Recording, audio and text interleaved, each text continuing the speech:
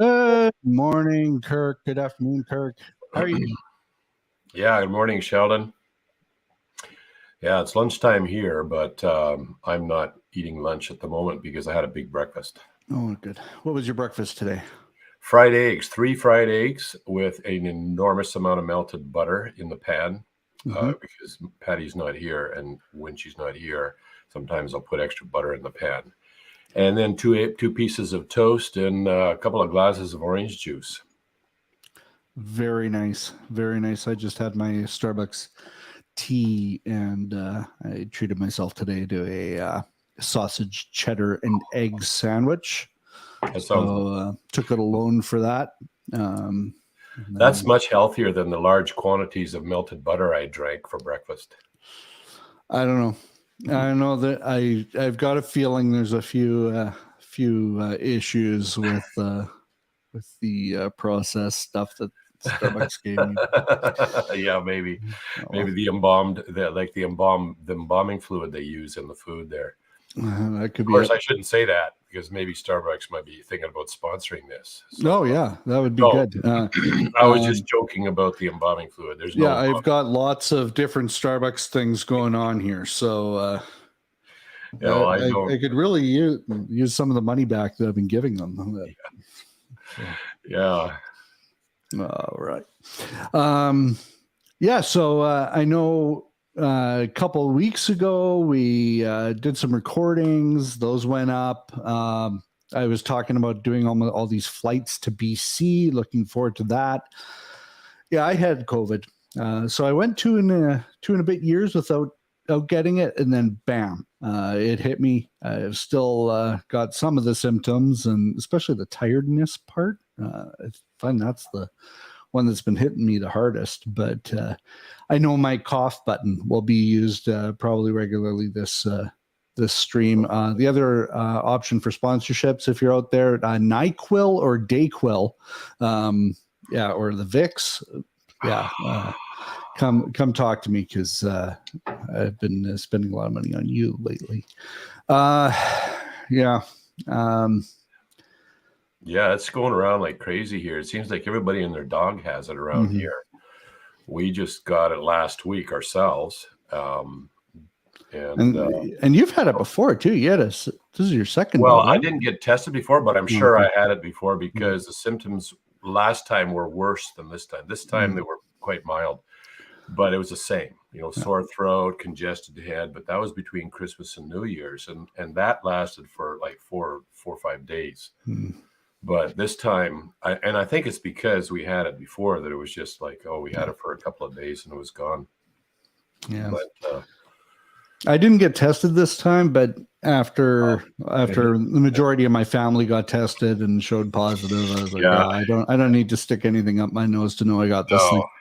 We got tested. Here's my proof. Yeah. All right. So I looked at the calendar today and noticed that something's coming up. And I don't think we planned this, but we're talking about the resurrection today. And Easter's coming up. We didn't plan that, did we? No, that happens every year. So I was just really impressed at how everything just lined up perfectly with our live stream. Yeah, like we didn't plan. We just thought it's resurrection at this time. Yeah, we just thought let's talk about this, and then we weren't even thinking about Easter at the time because we decided that a while back. Yeah, so this should line up perfectly. So this week, you have some evidence for the resurrection of Jesus Christ. For people that, for those of you Christians that are, did this really happen?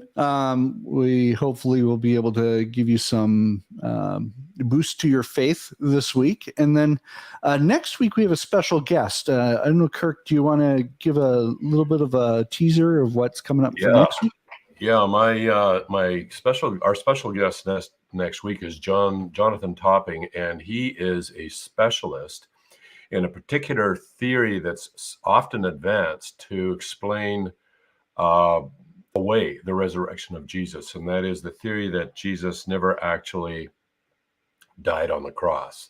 Different aspects of that theory. One would be that he passed out before he even got on there, and Judas accidentally got wound up on the cross instead, or he actually was crucified, but he passed out and they rescued him, and looked like he'd risen from the dead when in fact he hadn't. So there's actually quite a bit more on this than most people realize. I had not realized the depth of the discussion in this area. He is going to be with us next week, so I'm looking forward to that. Awesome. I'm looking forward to that too. One of our desires is to bring on some other people. So those of you that are sick and tired of looking at me and Kirk can have somebody else to complain about. And Jonathan, one of our teammates, I'm looking forward to hearing from him, because he's been working with us for a couple of years now. And I don't think I've really, other than listening to his podcasts and stuff, I haven't really been able to interact with him a whole lot. So looking forward to next week. So it'll be same time next week. But before next week is this week, and we are talking about evidence for the resurrection of Jesus Christ. So I'm going to just let you run ahead here. And actually, before we do that, you posted 2 reaction videos over the last few weeks. Yeah. Can you just tell us a little bit about those, and maybe talk about some of the reaction to the reaction? Yeah. Okay. Last week, there's this theoretical physicist. She's a German theoretical physicist, and I like the way she most of the time she'll be explaining stuff to do with physics.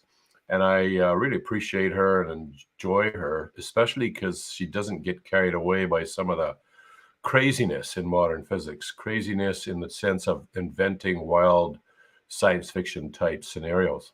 She really calls them for what they are.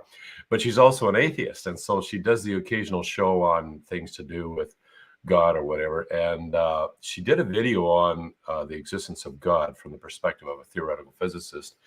And I did a response to that. Like I thought, well, okay, I don't agree with some of the stuff she's saying here, or actually it's not so much that I don't agree with, it's just like she hasn't talked about some really important stuff here.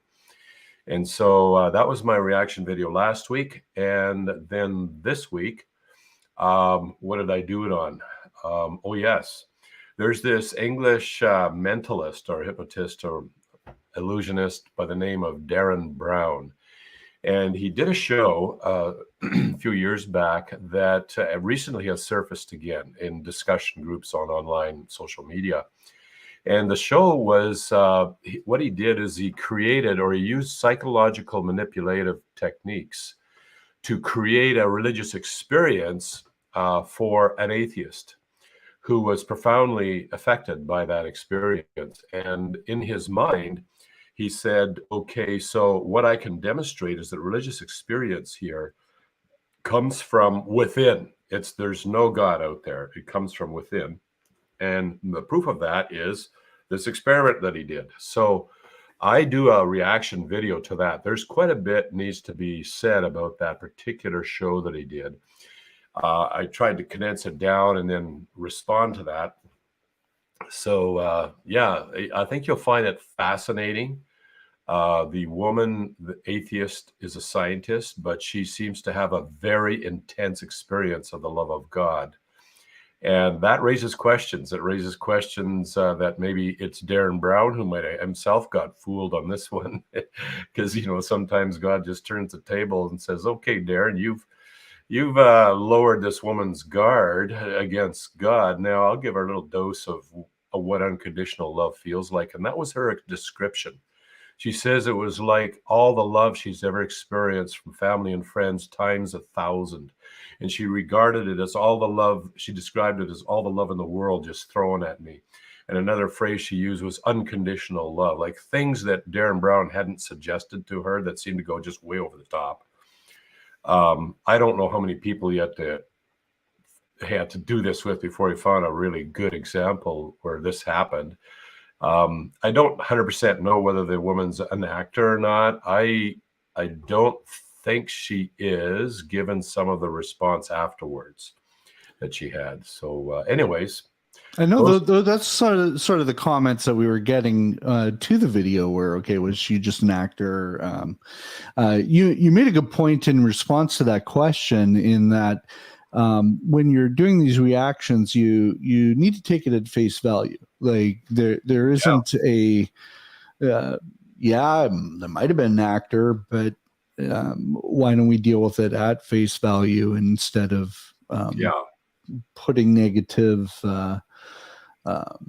or claiming the person's lying? Because if you can take it at face value, at least you're able to have the conversation. Where exactly, like one of the key points in arguing, I think it was Zeno, the Greek philosopher, who started promoting this method of argumentation, is you don't start with what you think is true. You start with what the other person thinks is true. And the majority of people online are accepting this as true, and excuse me, there is some reason to believe that, she was legit, then that's where we should start. Let's just accept that at face value, and then we'll work from there. But if we just simply say, oh, that's not real, and everybody thinks it's real, well, then they just think I got my head in the sand. I'm denying, I'm, just evading the issue. And that is very unproductive. Yeah, and it's not like social media these days needs more unproductivity. All right. Well, let's start down the road of the resurrection. So we're a week away from the celebration of Good Friday and the resurrection on the Sunday after. Mm-hmm. Those of us who are Christians, it's been a celebration. We often take it just at face value that this happened. But those that don't believe, obviously, they would have some arguments against this. So let's start down the evidence for it, and then I think next week we'll get into more of the arguments. But let's go into the evidence. You've done a few videos on this already, and so I'll put the links in the description after this the stream is over. But why don't you just go right into it, and I'll throw some questions at you as we go. Sure. Okay, so we began with, evidence that there's a creator for the universe and that the universe is designed. And then the question arose, well, did the creator of the universe ever step into human history and interact with us? And, when you look around for people who claim to be God, there's not that many people who actually claim to be God and appear to be relatively, let's say, psychologically well-adjusted people. So, but there is one in history who absolutely did, and that was Jesus of Nazareth. He not only claimed, and back then there were tons of gods, Greek gods, the Roman gods, pagan gods, there was the Judeo-Christian God. And so he didn't just say, I am God. He actually used the name of the God that he said he is. I am was his name. And every time he'd say that, people would fall down and, not fall down. Well, one time they did, but most of the time they'd want to kill him for blasphemy. So they clearly understood his claim that he was claiming to be God. But the question we should always ask is, well, why should I believe you're telling the truth? Why, what? I mean, anybody can claim to be God if they want to be so bold as to do so. But that doesn't mean I just have to believe that they're telling the truth. And Jesus is he provided, there were two highly unusual and unique lines of warrant for believing that he was telling the truth, for at least assigning a high degree of credibility.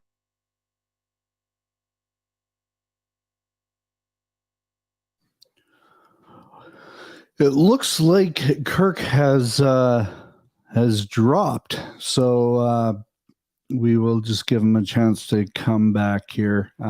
Those of you, sorry, Kirk, we lost you there for a few seconds. I noticed that. Okay, so I'll back up just a minute. Yeah. So while you're rewinding, please leave a question or feedback in the chat. We want to be able to respond to you. as well as hit the like button. It helps Google, Facebook, or YouTube know that people are interested in what we're talking about. And subscribe. Congratulations, Kirk, on hitting over 1,000 subscribers. That's awesome. And yeah, so now that you're around, go for it.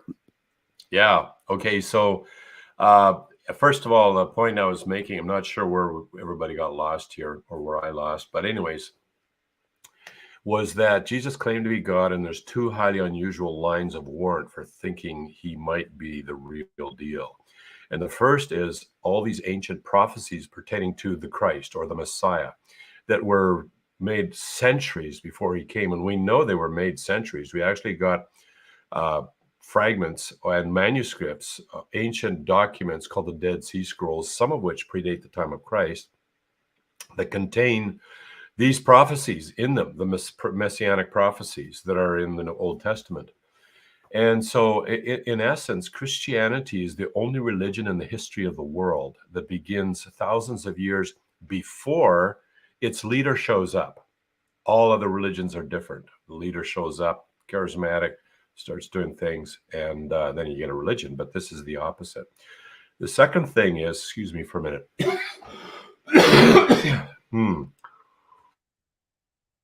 Hot line. Okay. I think the host has muted my mic. There we go. The second thing was the resurrection from the dead. So all this to say is that the resurrection from the dead, the resurrection of Jesus, did not take place in a vacuum. What I mean by that is that there were already some highly unusual things about Jesus of Nazareth before the resurrection from the dead. But today, let's look at the resurrection from the dead. So the interesting thing about this is that for the average person out there who's never looked at this and maybe doesn't believe in the existence of or the truth of Christianity, they would just seem like, oh, another conspiracy theory. Okay. Now, the beauty of this, okay, I got some people that I know that are shoving conspiracy theories at me on a regular basis. And the interesting thing about a conspiracy theory is that sometimes a conspiracy theory right at the beginning sounds possible, believable, but then you look into it and you start to dig down and start to try and find the backing for this and the evidence for this. And that's when it all starts unraveling and coming apart. So what happens when we look at the resurrection of Jesus of Nazareth? What we find is that the opposite happens. So at first you just hear, oh, Jesus rose from the dead, and the scholars are divided whether it's 30 AD or 33 AD. Jesus rose from the dead. Oh yeah, okay, another conspiracy theory. But when you look into it, you find, oh, there's a lot more behind this than I ever realized, and it's pretty impressive. I don't know why my throat's dry. Maybe it's this hot lemon. I should have made tea instead. So let me pause there, because what I'd like to do is I'd next like to go into some of the detailed evidence. Okay, so like what you've been talking about is Jesus is claiming to be God. Mm-hmm. There's some things that have been happening already to say that he's not your normal human. Yep. We can go into stuff like the Roman leadership at his birth took out a lot of babies to try and prevent this guy from even being born. Yep. There's a lot of miracles that were talked about in the Bible, attributed to Jesus, and he's claimed to be God. There's no dispute in that, is there? Well, people will insist that he never claimed to be God, but I mean, that's where, okay, what's your evidence? Why are you saying that? Because there's plenty of evidence that he did make the claim. In fact, that's probably one of the big reasons the Jewish leaders decided they needed to get him crucified because he was having an amazing impact on Israel at the time. He was claiming to be God, and they actually, in fact, he asked the question, Jesus says, which one of my miracles why are you trying to kill me? For which one of my miracles? And they said, not for that, but because you, being a man, make yourself out to be God. That was the Pharisees' response to him. Now, he did a lot of amazing miracles, and there's historical records of people talking about those up to the end of the first century, even, that he did a ton of just amazing miracles. So some people would be one response is, well, maybe he was a magician, like Darren Brown. Maybe he was just an illusionist. I put some honey in here, Sirpa, but it wasn't enough, I guess. So, okay. I've been to see some illusionists. I always find them fascinating. And sometimes when I watch these guys, I guess it's been mostly men. I know there's female illusionists as well. I'm looking at this and I thought, wow, that looks real to me. I mean, if I believed in magic, I would say that's it right there. But I don't believe in magic, and I know that they're doing tricks. So what happens if Jesus was just an illusionist back then? Well, the thing is the kind of miracles that he did are the kind that no illusionist today does. And that is, he made blind people see. He made people who were crippled from birth walk. He even raised the occasional dead person once in a while. Now, of course, you could have today people put plants in the audience who pretend they're blind or pretend they're crippled. But back then, in these villages he was in, everybody knew these people for decades, since they were born. And there wasn't a possibility of being able to pull that one off. But then he said, actually, anybody can do these miracles. And that was the amazing thing about Jesus. He didn't go around claiming to be somebody or just getting all the mileage he could out of doing miracles. In fact, he tried to keep that a low profile a lot. But he says, anybody can do these things. If you had faith as a mustard seed, you could do stuff like this. And he said, the real evidence I'm going to give is that he would die and he would rise again in 3 days. So that happened.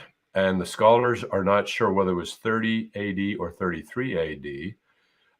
They go back and forth. I don't really know myself. I go back and forth myself as to which it was. So the question is, what evidence is there that Jesus actually rose from the dead in 30 or 33 AD? And this is where it gets very interesting. And what I'd like to point out, first of all, the first line of evidence would be what we might call a gigantic explosion in the first century of people, thousands, believing he'd risen from the dead, exploding outwards from ground zero, which was Jerusalem. So within 2 months, there were many, many thousands of people in Jerusalem who believed he'd risen from the dead. Now, you could, you might imagine this happening, although it's never happened before in history or since, where you would get thousands of people believing somebody rose from the dead in such a short period of time. But what makes it more unusual is that the explosion happened within the context of strict monotheistic religious belief.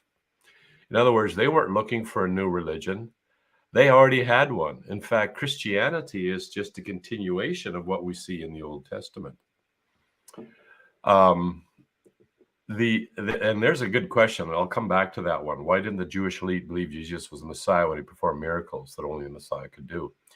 That's a very good question. But let me just finish this point, and then we'll get to that.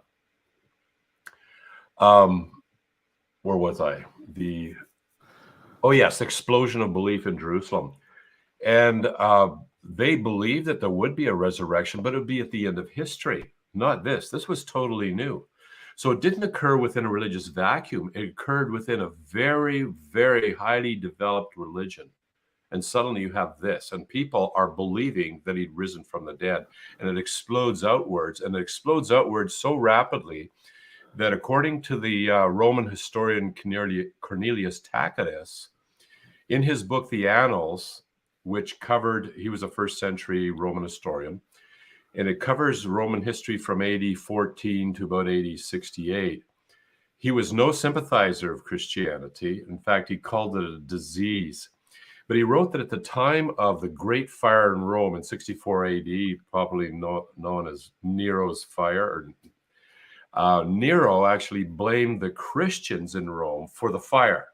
And he arrested what Tacitus described as vast numbers, translated to English. In Latin, it's multitudo inguinis.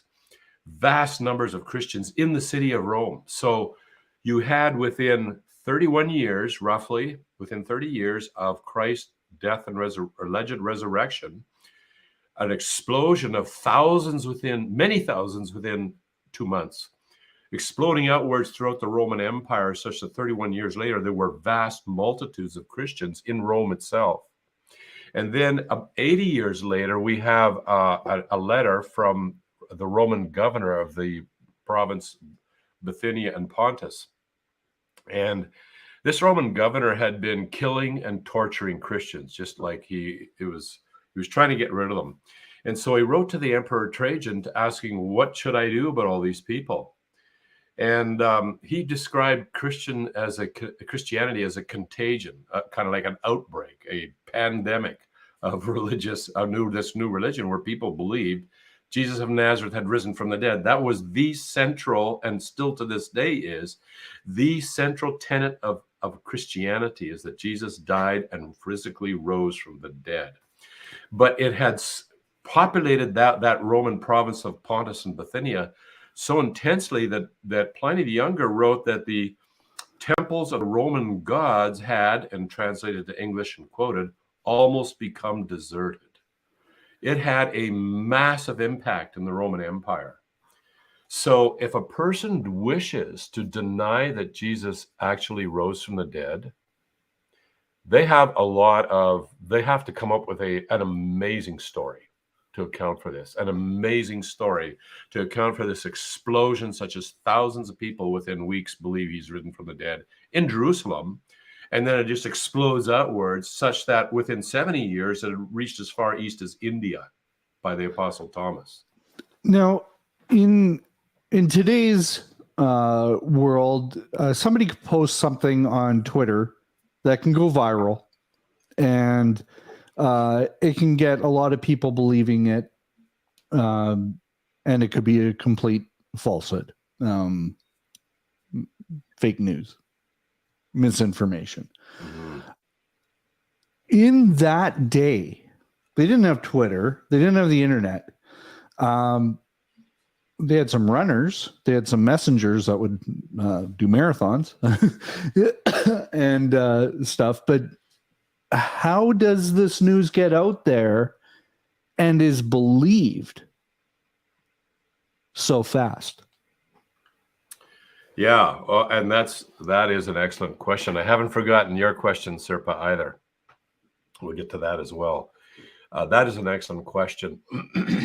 I find, okay, there's a few things could be said about that. First of all, on online social media today, you already have believers in anything you want to throw out there. There's already a pool of people out there that believe that.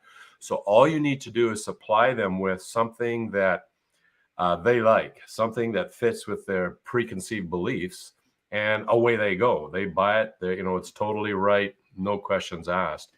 But in this case, there wasn't a already pool of believers who believed Jesus was going to rise from the dead. His own disciples didn't even believe that he would rise from the dead in 3 days. And that's recorded in the Gospels. And when you record that, normally when you're inventing a religion and you're the guy inventing it, you want to make yourself look good. Oh yeah, people doubted, but we believed, so to speak. But that's not what they write. It's actually quite embarrassing. They were in hiding after the crucifixion. And then the initial reports that he'd risen from the dead they met it out with disbelief. And so right off the bat, you see, even amongst the disciples, they didn't have this preconceived belief that he would rise from the dead. Certainly, General Jerusalem didn't have it, and the Roman Empire didn't have that. So this is quite a different thing, but there's something even better than that. And that is a very early story that's began to circulate within days. And I think this is a very important story. But just before I look at that, maybe I just want to address the question. Why didn't the Jewish elite believe that Jesus was the Messiah when he performed miracles only the Messiah could do? We are given a reason there in the Gospels, and that is that it's stated that the Pharisees were afraid. The Roman occupation of Israel at the time had allowed a certain amount of power to the Pharisees and to the Jewish leaders. So they had a certain amount of power and jurisdiction there. And it stated that they were afraid that the Romans would take away their power if the Romans got wind of this kind of Messiah figure that's rising up and people starting to follow the Messiah rather than the emperor. So that was their fear.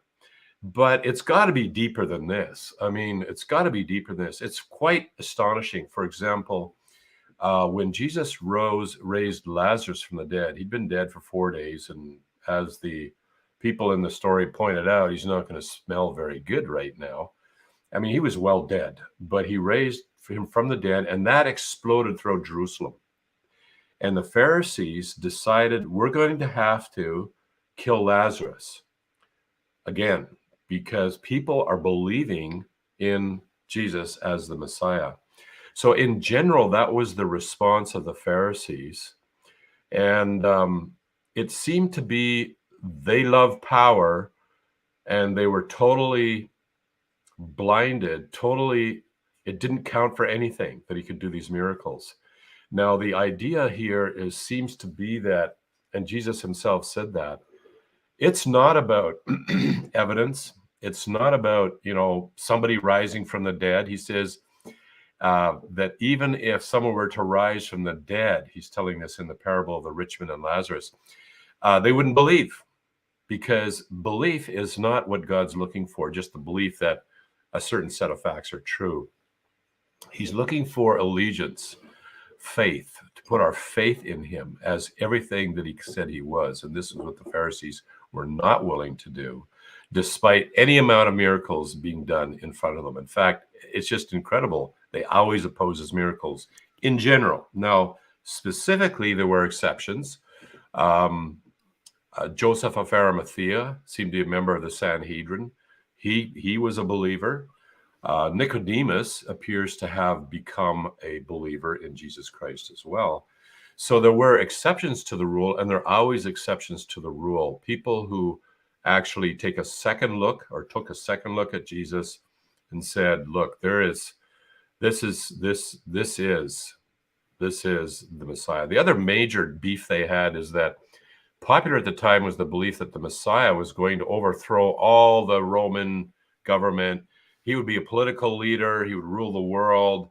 And this was their notion, a political leader. In fact, at one point, they were going to take Jesus and make him king by force. They're going to force him to be king, but he slipped away. So in general, there were these other factors at play.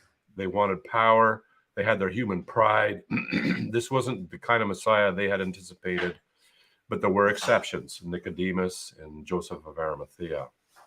And I think that idea of the Messiah being a political savior for the Jews at the time, it is a lot of the drive behind saying, no, Jesus can't be the person, because he's not doing that.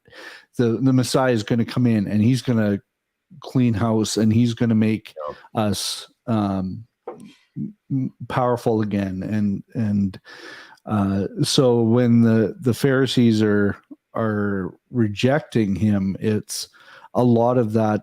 Well, we have the power, and because he's not the Messiah we think he is, he's obviously blasphemous. And that's why when when they're saying, well, it's got to be Satan powering this guy now. And Jesus's reaction to that, he didn't pull any punches there. But and that's interesting, because they did not deny that he did miracles. We see that in the Talmud. Mm-hmm. We see that in the Gospels. They're accusing him of doing miracles by the power of Satan. But in the Talmud, the same thing is stated, that he was guilty of sorcery. And so it's, I guess they were able to acknowledge the existence of these miracles, or the occurrence of that. They just, in their mind, says, this isn't how we figure it should work, and therefore this guy serves Satan.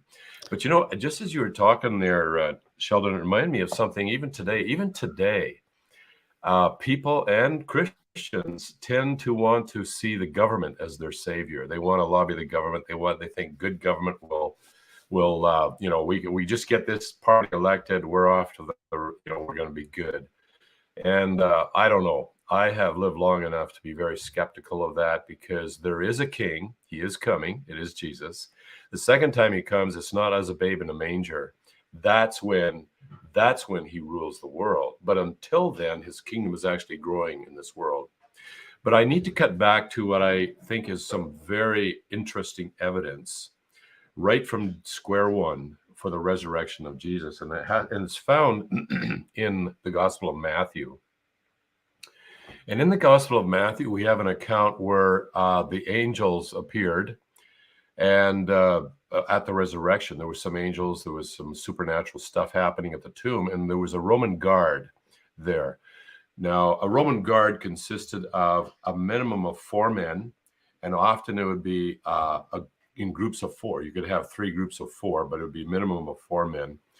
And scared the living daylights out of the guard. It says that some of the guard came back into the city, and they reported to the chief priests what they had seen. And so the chief priests had a consultation there, and they gave a large sum of money to the soldiers. And you are to say, the disciples came by night and stole him while we were sleeping. And then they point out that if this gets the governor's ears, we'll win him over and keep you out of trouble. And then there's a key verse here. It says, they took the money and did as they had instructed. And this story, it says, was widely spread amongst the Jews and is to this day. Now that is a very interesting story, and it actually provides us with some very strong evidence for 3 things. Number 1, the location of the tomb was known. Number 2, it had been guarded by a Roman guard consisting of a minimum of 4 Roman soldiers. And number 3, the tomb was empty on the 3rd day. So it's not like we're getting a story about something that happened a long time ago, and gradually you're starting to get people buying the story. No, we're getting this happening right from the 3rd day after his execution. So let's pause for a minute. Why should we take this story seriously? Well, basically, we have some possibilities here. The story actually, possibility number 1 is that this story wasn't circulating in Jerusalem. The story that the disciples had stole the body while the guards were sleeping, and that's why the tomb is empty. So option number 1 is that this is a complete fabrication made up by Matthew when he wrote his gospel. Well, the problem with that is, if this story wasn't even circulating, and Matthew's trying to promote the idea that Jesus rose from the dead, it's actually very counterproductive to supply another explanation as to how the tomb got empty. Usually historians, when they're examining ancient writings, they're trying to figure out, is this true? Did this really happen or not? And there's one thing we can call, that's been called the Criterion of Embarrassment. And that is, if you see something in an ancient account that is actually embarrassing or counterproductive to the ancient writer who wrote that account, then it's probably true, because there's no reason to stick it in there. It's embarrassing to even stick it in there, and it'd be better off if you didn't mention it. That's basically the Criterion of Embarrassment. So when you see this in Matthew's gospel, the option number 1 is that he was just making that story up on a whim. Nobody actually, That wasn't circulating. He just made it up and put it in his gospel that the disciples stole the body while the guards were sleeping. Well, that is so counterproductive to his trying to promote the idea or explaining the idea that Jesus actually rose again. It's just insane. There's no reason to put it in there. It's absurd. So we can rule out, and I think that most historians, if not all of them, upon reading this story would say it's a highly unlikely Matthew just made this up and stuck it in there. So where does this story come from? Well, there's option 2. There is one good reason to stick it in your gospel if you're writing the gospel account of Christ and his resurrection. The good reason is if there actually was this story widely circulating in Jerusalem, if there is another story there.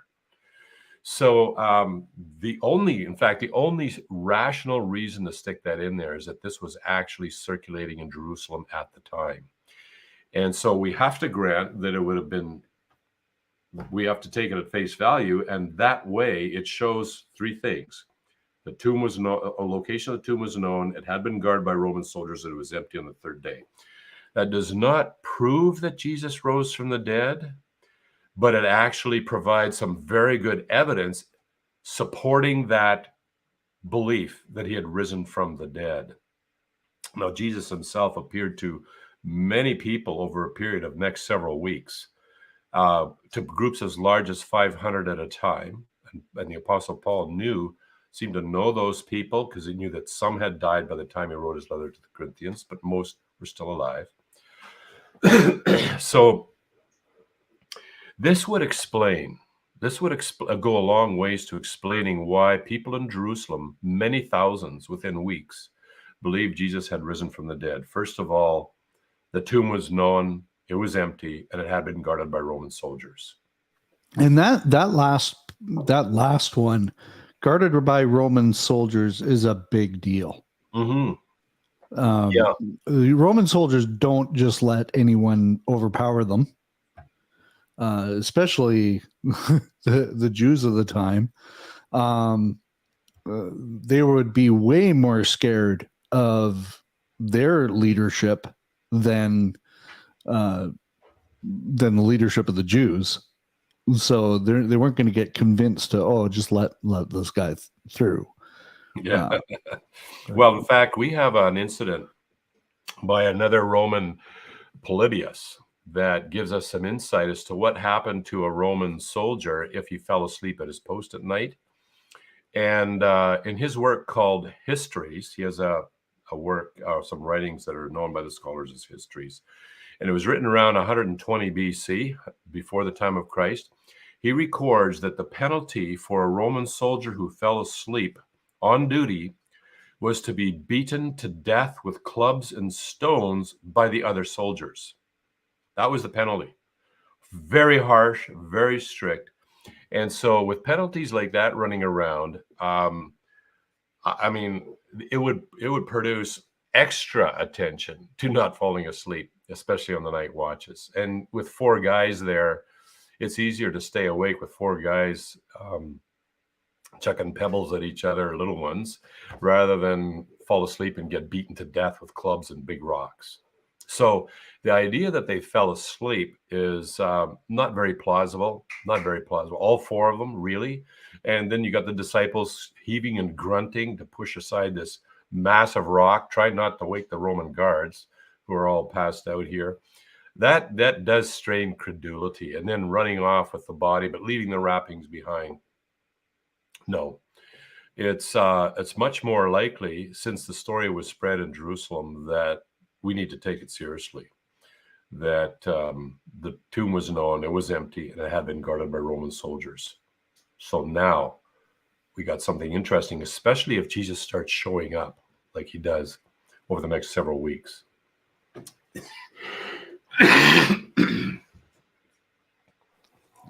So we're at the space where we would have to say he's either didn't die and he escaped somehow, or he died and is resurrected. Like, I think we'll get into that first one next week a little bit more, but you have to deny history to basically doubt that Jesus died and rose again. Well, there's no rational, like, basically, it's easy for people today to say, "Oh, it didn't happen." Okay, let's work with that. Let's work with the idea that it never happened. So, what is your explanation for this explosion of many thousands of people within weeks, spreading throughout the Roman Empire over the next months and years, to the extent that they cannot beat this out? They're dying for their faith. They're being tortured and killed by Nero and by Pliny the Younger, as they document in Cornelius Tacitus. And they're leaving their own religion. The Jews are leaving their religion under penalty of death as well. Like, it's not just the Romans that are fighting it, it's the Pharisees that are fighting this. I might describe it. Okay, so that's leaving their religion. That's an interesting thing, because at that point, Judaism branches. It takes two different roads. One is the highly legalistic road of the Pharisees, which has evolved today into what we call modern Judaism. The other branch, and they run together for the next number of years, probably up until around 70 AD. These two branches are entwined and moving together in Judaism. The other branch is, they wouldn't see it as leaving they would see, yes, Jesus is the Messiah spoken of in the Tanakh, in what we call the Old Testament. So it's actually a continuation of authentic Judaism, or this religion, a continuation. But if you deny that he is the Messiah, then that's when Judaism really changes, especially at 70 AD with the destruction of the temple. And that's the other branch of Judaism. So early Christians were almost all Jews. The apostles were Jews. Jesus was a Jew. And it wasn't until around 70 AD that when the siege of Jerusalem began and was momentarily lifted for a bit, that Jesus had already told his followers that when you see Jerusalem surrounded by the armies, this had been prophesied by Christ some 30 some odd years earlier, actually 40 some years earlier. He says, flee Jerusalem. And so the Christians remembered that, the Jewish believers remembered that, and they left Jerusalem en masse at that point. And I get this from I think it was Max Dumont on the history of the Jews. But anyways, the Christians fled, and that created a schism. The other Jews remaining in Jerusalem saw the Jewish believers as betrayers of the Jewish people because they fled the city. There wasn't much advantage to staying in the city, as we know now. Who is it? Josephus. No. Yeah, Josephus. Looking at the writings of Josephus, who was there at the fall of Jerusalem, we can estimate that roughly 3 million Jews died in Jerusalem during the siege, mostly from internal fightings within the walls and from disease and pestilence, and also some from the Romans. So that's kind of like the beginnings of Christianity today, this gigantic explosion. But a person who denies this, well, it's kind of like a massive explosion happens out there, like 400 meters away. And somebody says, whoa, what was that? What did that? And I say, nothing, that nothing happened. Well, it's not very convincing. And I would have to say that the person who denies that Jesus physically rose from the dead has a lot of explaining to do. There's a lot of fabrication that has to happen of some sort of creative storytelling. And that creative storytelling only exists. This is the interesting thing. When you have historical facts, somehow when you want to deny those historical facts, you have to live between the facts. You have to say, well, it didn't say anything about Jesus maybe not going to France, so let's have him go to France, and some wild stories like that. And these stories are conspiracy theories. That's the major difference. When you actually investigate the alternative stories to try and explain away this massive explosion of belief that Jesus had risen from the dead, when you actually investigate those other stories, the more you look at it, there's just nothing there. They just start to disintegrate and fall apart, exactly like conspiracy theories. So you have two stories. One denying the resurrection, which have all the earmarks of conspiracy theories. And who was that guy? Dan Brown wrote a book a number of years ago that just got famous, and people just bought it, just like believed it. What was it? The Da Vinci Code. That Da was Vinci it. Code, yeah. Da Vinci Code. Okay, set your brain. Good book. Like, it was good. I read excellent it. fiction. I read it. Good. I enjoyed the movie. I even gave seminars on the book, actually, looking at what history actually says, doing fact checking. Now, if you're going to do fact checking on that book, it just disintegrates all over the place. But as far as writing a good book, I really enjoyed it. It was fast paced, but it's a total conspiracy theory, just 100% total conspiracy theory that all starts unraveling once you start doing fact checking. But for the theory that Jesus actually rose from the dead, when you investigate that, wow, totally different story.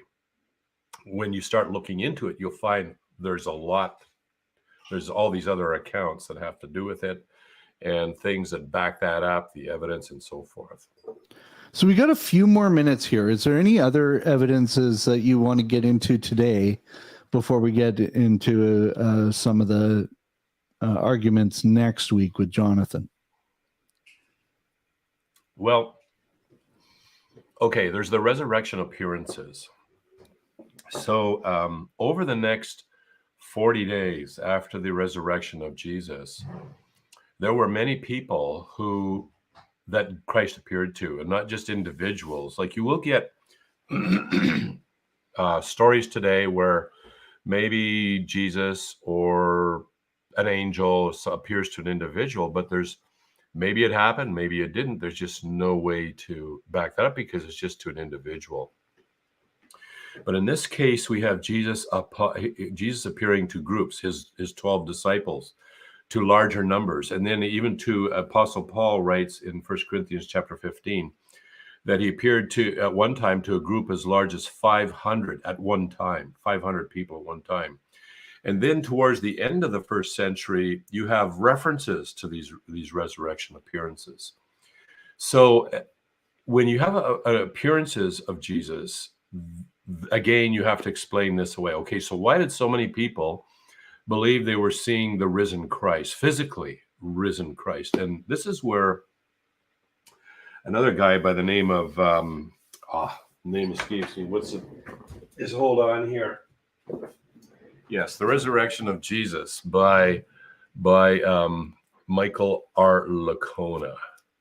So, I mean, he gets some criticism in different places here because he tends to be very conservative with what he'll grant as evidence.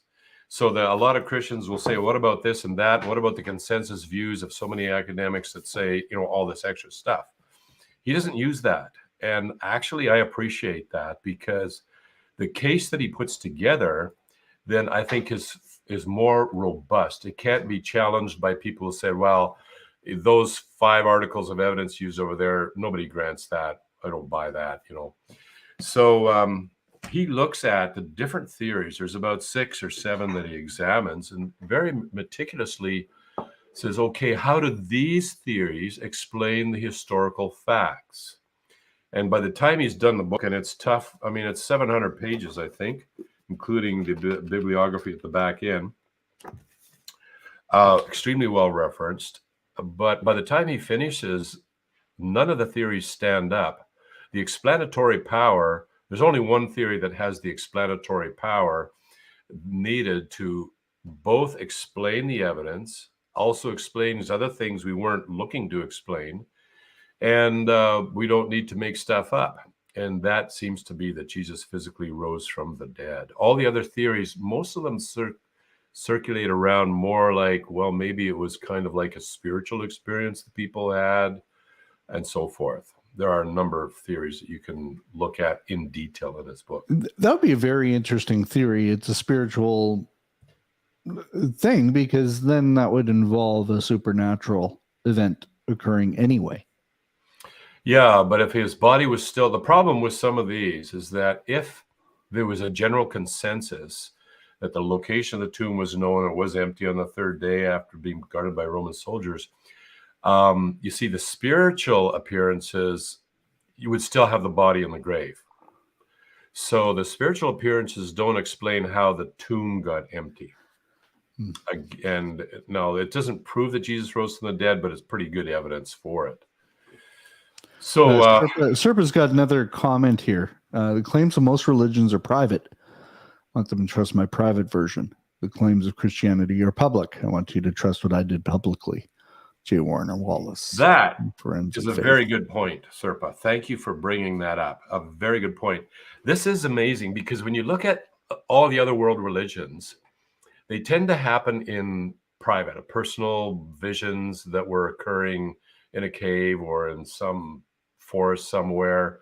And then later on, the custodian of these private visions, there's not a lot of history to check out there. When it comes to Jesus, on the other hand, you have a very public figure who did a lot of things in front of thousands and tens of thousands of people. And the resurrection is, well, you go check the tomb. Everybody says it's empty now. They might say that disciples stole the body while the guards were sleeping, and other people might say, really, like the guards fell asleep, did they? And they might have a hard time believing that. But the bottom line is that it is a very public ministry. The origins and roots of Christianity were very, very public. And what that does is it gives us a lot of history and archaeology to go and look at. Whereas with the other world religions, that's pretty much absent.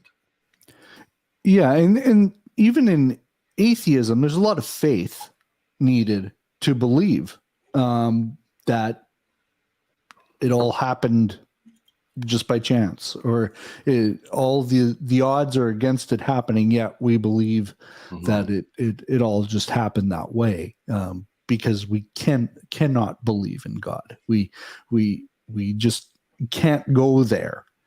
And so as we look at the evidence, we can prove a lot, but there's still going to be faith. There's still faith for all of this. It's just, what is your faith going to lock into? Because I would say the preponderance of evidence is on the side of authentic Christianity. Now, as you pointed out, faith is still required. And what that means is that we can't prove with 100% certainty so that no faith whatsoever is required. No, we have a stack of evidence here. The alternative view has, well, pretty much nothing. And still on that stack of evidence, it seems to indicate that God has interacted with human civilization, and he's fulfilled the ancient prophecies. He did rise again from the dead, which had also been prophesied. So we have a very good reason to believe that this is the Messiah, prophesied for thousands of years, but it still requires an action point on our behalf. We're going to have to decide, am I going to believe this is true? And if I am, do I want to put my faith in Jesus Christ and God? Now, putting your faith in somebody, for example, I would say, like, we have a prime minister here in Canada, and I know he exists. I've seen plenty of evidence that he actually exists, but do I have faith in him? Well, that's a whole nother step. You have to be pretty good politician. And there are some good ones out there, but to put your faith in a person is a whole nother level up than just simply believing they exist. And many people think that it's all about believing that God exists. No, it's all about whether you put your faith in Jesus Christ as God and who he is and everything that he said he'd do for us, as far as giving us eternal life, forgiveness. That's a whole nother ballgame. And that's the important piece behind all of this happening. He didn't do it just so he could say, I'm real. That's not why he died. That's not why he was resurrected. There was a plan involved here. Mm-hmm. And I know we'll get into that a little bit later, but if you are watching this and you're saying, okay, but what's the point of all of this? please reach out. We'd love to have that conversation with you individually if you are trying to figure out what is the point of all this, because just my personal thoughts on this is I don't know why we are all here if it's not what God set up for us. Like I don't understand the reason for living if it isn't what God has set up here, because man, this world is not fun. No, the way it is. and in fact, that's another case of, if you, like you mentioned, an atheist still requires faith. And I know that they get upset sometimes when we say that, but and I would break that into two. It requires faith and denialism. The faith that an atheist requires is that they have to put their faith in the narratives to explain how we got here, and their narratives, their creative stories, and they have to put their faith in that, despite the fact we can't reproduce those. We can't reproduce, those narratives to see if they're true or not. So they end up putting their faith in the narratives, and that's where the faith comes in. But then denialism steps in when it comes to the evidence for Jesus of Nazareth rising from the dead. At that point, they have to deny just basically that this actually happened. Now, I don't want to lump all atheists into one category, because there's actually a lot of different categories of atheists, and some are genuinely not trying to deny things. They're looking into things, and they could be my future brother in Christ someday, or sister in Christ. So it's I don't mean to paint them all with the same brush, because that's not the case. And some genuinely have questions. Oh, sure. And are searching out. Some genuinely just refuse to believe in the evidence. And at the end of the day, it's going to come down to control. Do I want to give up control of my life to somebody who, if they created the earth and they say, here's what you need to believe, here's what the rules are. Mm-hmm. Well, it involves the loss of control. I think control is an illusion. I think the older I get, the less I see, hey, I got no control over the financial markets. I don't have any control of what country invades what other country. If somebody wants to toast us with a nuke, not much I can do about it. And so, but it is an enormous sense of security for me to know that there is a God who is actually presiding over human history. And he does blow the whistle in the end and says, okay, that's it. No more of this kind of stuff. Now, some people would say, well, you believe in God because it makes you feel good. But my response is no, I think it makes me feel good because there actually is a God who will do this. In other words, the ability to feel good with regard to God is a reason or evidence that such a God exists, that this is not just wishful thinking of some imaginary being, but there actually is one that we've been designed to have a relationship with. And the New Testament is very clear. It is our hope. Mm-hmm. It makes us feel good. Yeah, because it is the only hope we have. Yep. Because in the midst of all the suffering on this planet, in the midst of everything going against the idea of utopia, it doesn't matter how hard you try, you're not going to get utopia on this planet the way it is. No. The only hope we have is in that resurrection at the end. And so we're a little bit longer than we normally go, but I've really enjoyed the conversation. Thank you for those of you that have chatted with us. Don't forget to like and subscribe and hit the bell to be notified of future streams. We will be back next Thursday with a special guest and talking about some of the other objections that people have had to the resurrection, and we'll get into that. If you're thinking, hey, I have my own objections, or I I've done the studies. I don't believe in the resurrection. I don't believe in Jesus. Here's why. Please post them. We want to have those conversations, because at the end we do want to find out the truth. And so if you've got a really good rejection, please tell us. We want to have those conversations. So, all right. Any last comments, Kirk? No, other than I'm looking forward to our guest next week. And if you like these videos, check out my other videos on the YouTube channel. Give them a thumbs up, subscribe, and pass them on to your friends if you enjoy them. Awesome. We will see you in a week.